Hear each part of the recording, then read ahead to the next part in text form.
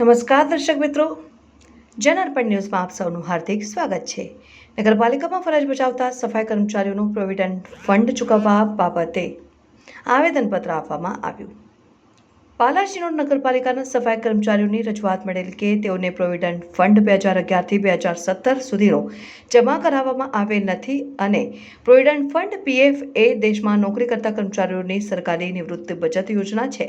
મરણ પામનારને નિવૃત્ત થયેલા અને જેમને 2011 થી 2017માં કામ કરેલું છે અને જે કર્મચારીઓની નોકરી હજુ પણ ચાલુ છે અને તેઓએ 2011 થી 2017માં કામ કરેલું છે અને તેવા બધા કર્મચારીઓનું પ્રોવિડન્ટ ફંડ તેમના એકાઉન્ટમાં જમા કરાવવામાં આવે અને કોઈ પણ કર્મચારી સાથે અન્યાય ન થાય એ આપ સાહેબશ્રી દ્વારા યોગ્ય તપાસ કરાવીને પ્રોવિડન્ટ ફંડ એકાઉન્ટમાં જમા કરાવવા ભલામણ કરવામાં આવ્યું હતું। અત્યારે હાલ અમે બાલાસિનોર નગરપાલિકાના 2011 થી 2017નો પ્રોવિડન્ટ ફંડ સફાઈ કર્મચારીઓનો બાકી છે તેની માટે રજૂઆત કરવા માટે અમે આવ્યા છે અને મારું નામ વિમલ સોલંકી છે। હું સામાજિક એકતા જાગૃતિ મિશનમાં ગુજરાત પ્રદેશ મહાસચિવના પદ પર કાર્યરત છું અને બાલાસિનોર નગરપાલિકાના સફાઈ કર્મચારીઓની રજૂઆત અમને મળેલ હતી।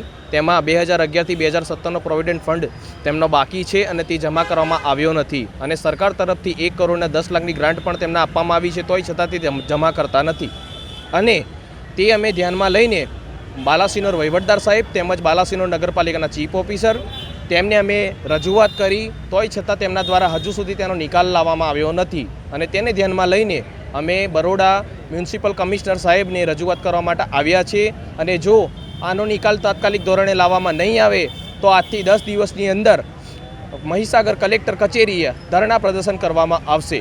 જય ભારત।